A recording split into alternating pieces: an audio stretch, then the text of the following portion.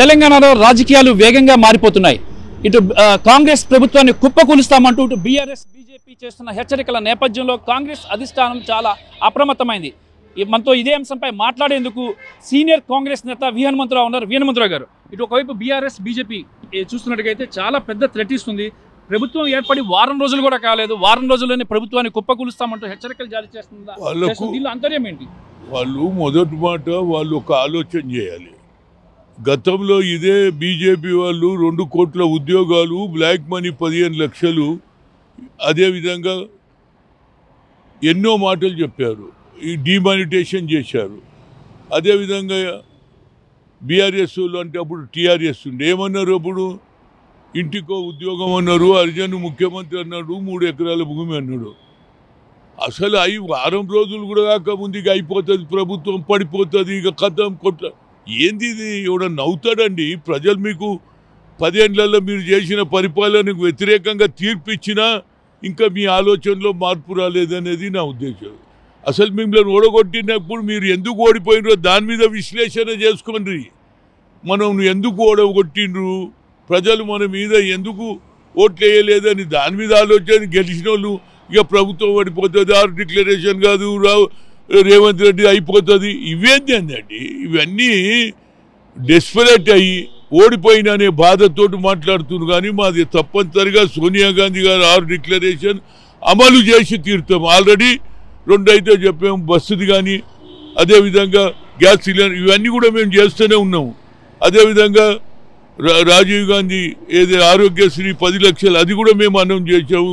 నిన్నటి దానికి మొన్న పెట్టినటువంటి రైతు బంధు కూడా ఇస్తామని చెప్పినాక ఇక ప్రభుత్వం ఉండదు చేయదు అంటే వాళ్ళ మైండ్ అన్నా చెడిపోవాలి, లేకపోతే డెస్పరేట్ అయ్యి మాట్లాడుతుండ్రు అనేది చెప్పగలుగుతాం. అయితే ఇక్కడ చూసుకున్నట్టుగైతే తెలంగాణ అసెంబ్లీలో కాంగ్రెస్ పార్టీకి కేవలం 64 సీట్లు మాత్రమే ఉన్నాయి.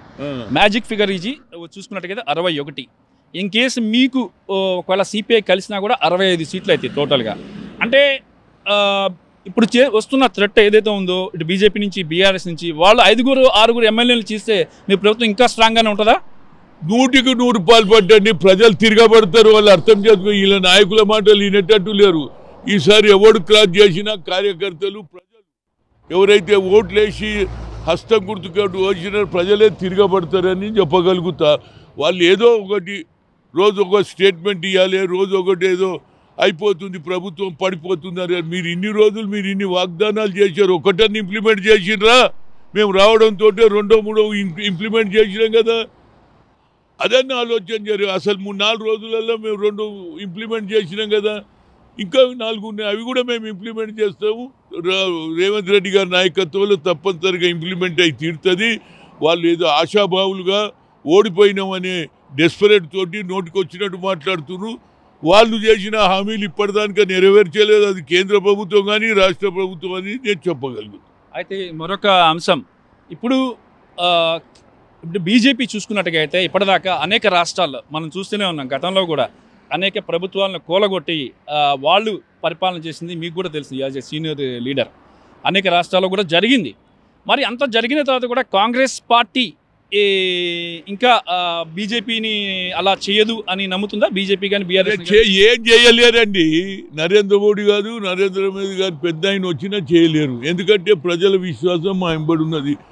బీజేపీకి కేవలం ఏదో 7-8 సీట్లు వచ్చినట్టున్నాయి. దాంతో మాత్రాన మనం కూలగొట్టాలని అంటే ప్రజలు తిరగబడతారు. వచ్చేసారి కేంద్రంలో కూడా వాళ్ళ ప్రభుత్వం రాదని చెప్పగలుగుతాం. ఎంఐఎం మీకు సపోర్ట్ చేస్తుందంటారు? ఎంఐఎం కూడా సీట్లోనే ఎంఐఎం మీకు సపోర్ట్ చేసి ఆటోమేటిక్గా ఎవరికి ప్రభుత్వంలో ఉంటే వాళ్ళకు ఆనవాయితీ వాళ్ళు చేస్తారు. అంతేగాని మేము అడగకుండా వాళ్ళు ఎందుకంటే వాళ్ళకు ఉన్నటువంటి లోకల్ ఏరియాలలో పనులు జరగాలంటే ఎవరు ప్రభుత్వం ఉంటే వాళ్ళు ఎంబడి ఉంటారు అనేది నా ఉద్దేశం. అయితే ఇప్పుడు ఎమ్మెల్యేలు కొంతమంది ఆల్రెడీ బీఆర్ఎస్ నుంచి కానీ బీజేపీ నుంచి కానీ కొంతమంది ఎమ్మెల్యేలు కాంగ్రెస్ పార్టీలో చేరదామని వస్తున్నప్పుడు కూడా ఎందుకని కాంగ్రెస్ పార్టీ వెయిట్ చేస్తుంది వాళ్ళని తీసుకోకుండా?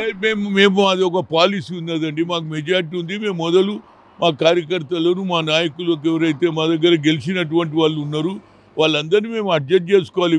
మాకు లేకుంటే కదా మేము అయినా కానీ మేము ఈ హార్స్ రైడింగ్ చెయ్యమనేది మాకు ఒక ఆలోచన. ఫ్యూచర్లో ఏమవుతుందో చెప్పలేను, కానీ ఇప్పుడు మాత్రం ఎవరిని తీసుకునేటట్టు లేదు.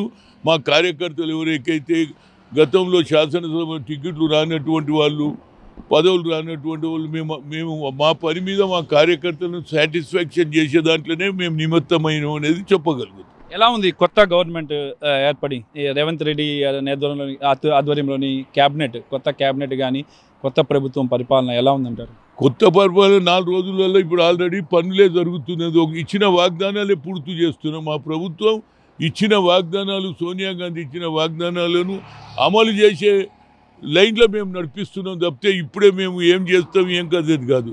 ఇచ్చిన వాగ్దానాలు పూర్తి చేస్తే ప్రజలు మా మీద నమ్మిక ఏర్పడుతుంది. గత ప్రభుత్వాలు చేయలేదు కాబట్టి మేము దాని మీదనే సోనియా గాంధీ తుక్కుగూడలో అనౌన్స్ చేసింది.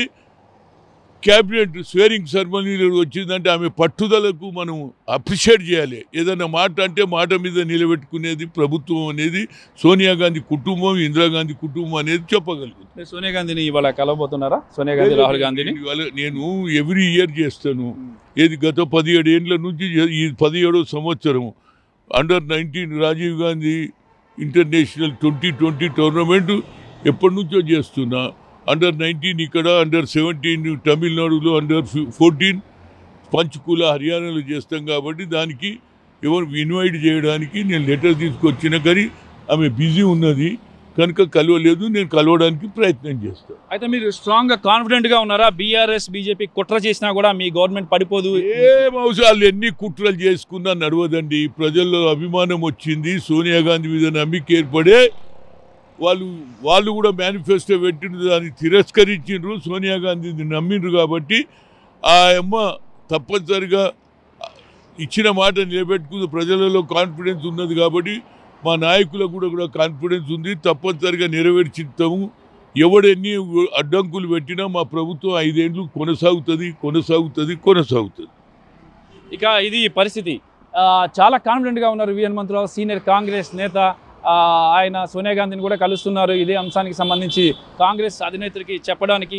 అయితే తెలంగాణ రాష్ట్రంలో బీజేపీ బీఆర్ఎస్లు ఎన్ని కుట్రలు చేసినప్పటికీ కూడా తమ ప్రభుత్వం స్ట్రాంగ్గా ఉంది. ఒకవేళ కానీ బీజేపీ బీఆర్ఎస్ కానీ కుట్ర చేస్తే మాత్రం ప్రజలు తిరగబడతారని చెప్పేసి చాలా కాన్ఫిడెంట్గా చెప్తున్నారు వి హనుమంతరావు. కెమెరామెన్ నవీన్తో రామకృష్ణ, న్యూఢిల్లీ.